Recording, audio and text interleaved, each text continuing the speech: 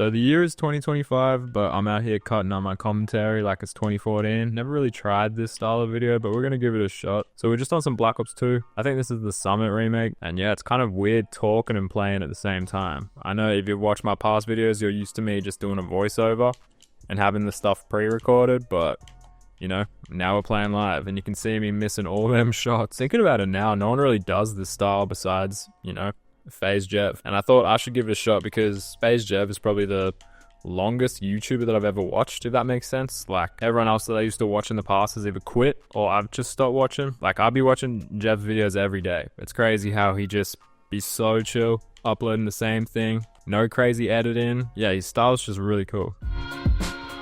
Imagine hitting a trick shot live. And like, if you don't know who FaZe Jev is, he's just this guy that's in FaZe, that's been in FaZe for a minute. And I think he was actually like the first recruit into FaZe that wasn't primarily like a quickscoper or, you know, a trick shotter.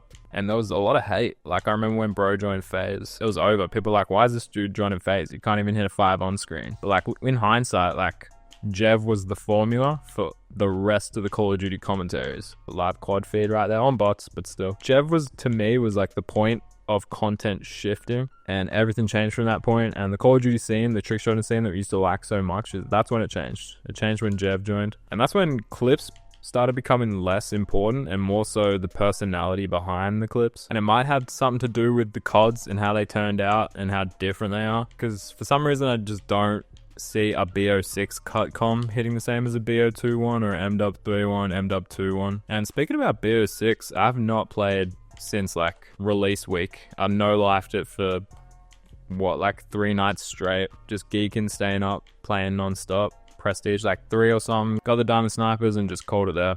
Like I know the Call of Duty cycle and I know the time that I'm going to enjoy it most is the release weekend, so I sort of just go ham, stay up all night playing it. But I have not played it since, and mind you, I played it because I had it on Games Pass, and I'm not paying $22 for Games Pass every month, so I don't even have Black Ops 6 right now, and you know what, I don't really care. And it seems like a lot of people aren't really happy with the game, to be honest, which is interesting because on launch, everyone was fucking with it. Like everyone was like, yeah, this is the COD, they've done it right, they've done it right. But like in true COD fashion, you know, it's just the honeymoon phase. Everyone's feelings for the game slowly dwindles, and it's just this cycle where it's like, we're in that time of the yearly COD cycle where people just hate the current COD, and you know, people are only going to start liking the current COD when the new one comes out. And like personally, I didn't mind BO6 at all. I just felt the maps were super trash, and like I'm a multiplayer guy, not a Warzone guy, and I'm a sniper guy on top of that, so like spawns and just clusters of enemies, I guess, are super important, and it just felt like none of the maps really did it like that. And before they released BO6, they kept going like, yeah, classic Treyarch bringing the best maps, 3-lane maps, but I swear from memory, like none of them were 3-lane. Gonna steal this bot's care package just so they can't use it. That's another thing with Games Pass. I don't have that right now, so I don't actually have Xbox Live to play Black Ops 2 online. So that's why a lot of my videos you see me playing against bots. And even on top of that, in Australia, Black Ops 2 lobbies are not booming like that. Like you get the odd lobby here and there. Some guy actually said in my comments, yo, make sure you disable the map packs. That's what's going to help you find lobbies. And I've had a couple lobbies, but at the same time, I don't want to be restricted to the non-map pack maps. I'm sick of Yemen. I'm sick of Cargo. I'm sick of Turbine. And I feel like that's all it ever comes on. But yeah, that being the Australian lobbies not really existing and having to pay for Xbox Live Gold, that's why you usually don't see me playing online multiplayer. Sometimes I think about going on the old CODs like MW2 or MW3, but even then, in Australia, the servers are even more empty. Like, it's super rare to find a game on MW3, let alone MW2. But that's alright, you guys don't seem to mind the bots. I know it would be more interested in playing against real humans, you know, getting real kill streaks, real clips and all that. But there's not much I can do right now. I don't know, I used to love multiplayer games when I was a kid, and now I'm just slowly sort of going off them. I think the thing as a kid wasn't necessarily the multiplayer aspect that I like with. I think there was an initial year when you first start playing Xbox Live where you're like, oh my god, I'm playing against real people. This is insane. That sort of fades, and I think as you grow older, you sort of just like, I don't know, I've just lost that connection to multiplayer games, and I found myself playing a lot of single player games, and that's sort of where my Xbox 360 addiction started. You know, just going back playing old games that I've never played before. Started with the BioShock series. I tried playing 2 or 1, I can't remember, when I was super young, and I got super scared, so it was cool coming back and playing that. But that just ignited my whole Xbox 360 like single player endeavor. Like I said, when COD drops, I definitely am on there release weekend, but apart from that, Not really. Like, I don't really care about ranks like I used to. I don't care about competitive. I used to really enjoy competitive, especially with like Overwatch or something. Even then though, this newfound love for single player games that I got led me to collecting a lot of old Xbox 360 games. I made a video on this in the past where, you know, I stopped smoking weed and I replaced it with Xbox 360 games. So I sort of, you know, became addicted to that, and I ended up buying like 120 Xbox 360 games, which are now just sitting in my living room, which I really got to do something about because I don't like having a lot of things. I'm a bit of a minimalist, you know, I like getting rid of things, and having 120 Xbox 360 games is kind of insane. In my brain, it's like if I ever want to move or ever want to go somewhere, it's just a liability of just weight that I have. I don't like that. So I'm going to try and get rid of some. And I actually opened up my box the other day, being like, all right, what can I get rid of? And as soon as I opened it, I was like, I cannot get rid of any of these. The Xbox 360 is so cool. And even if I haven't played or I won't play most of the games in this collection, it's just such a cool thing. They're such cool games, and just looking at them all, I didn't know what to get rid of. Realistically, I'd only need to keep like the CODs and the Halos and like Skate 3 and stuff like that. But man, I'd love to be like a 40-year-old man kicking back with my infinite collection of Xbox 360 games and just being like, what do I want to play today? That'd be super cool. But at this point in my life, it's ridiculous having 120 Xbox 360 games. I'm never going to get around to playing all of them, and some I just collected for the fact of a collection. I do want to play the original Red Dead on stream though. I know what happens in the end and stuff because my older brother played it, but I've never actually played it, and I think it'd be a sick thing to like just play on stream, like play until I'm done, like everyone did Red Dead 2, but I'll just put a 360 spin on it and make it Red Dead 1.